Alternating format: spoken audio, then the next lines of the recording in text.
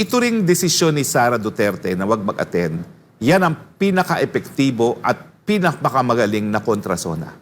Ang ibig sabihin yan, wala kang nagawa at dahil wala kang nagawa sa 2 taon, hindi ako naniniwala na may magagawa ka sa susunod na 4 na taon.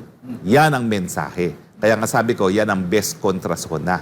Hindi na ako mag-aaksaya ng panahon na makinig na naman sa mga guni-guni na mga di umano ay nagawa ng administrasyon nito dahil ang alam natin, napakasama, pinakamasama ang buhay ng mga Pilipino sa 2 taon ng Marcos administration. So bakit pa ako makikinig? Bakit pa ako mag-aaksaya ng panahon? At yan din naman ang gagawin ng marami nating mga kababayan. Sa totoo lang naman, ang pinapanood ng taong bayan, yung mga suot ng kababaihan tuwing SONA. Dati, siyempre, lahat tayo excited makinig kung anong plano dahil bagong presidente, no? So blockbuster yung SONA na yan.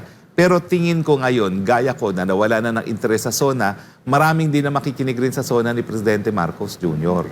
Dahil nga, paano hindi ka nakadeliver sa mga pangako mo ng 2 taon, paano ka makakadeliver sa susunod na 4 na taon? At siyempre, yung prospects ng kapayapaan, halos nawala na dahil mukhang desidido na siya na makisapi sa gera ng Amerika laban sa China. O, di ba? Kung ang aanunsyo niya, baban ko ang pogo, yun, papalakpak ako. Magpapadrug test na ako, na hair test, na matigil na yung usapin kung ako'y drug addict. Ayun, papalakpak ako. Pero aasahan mo ba yan?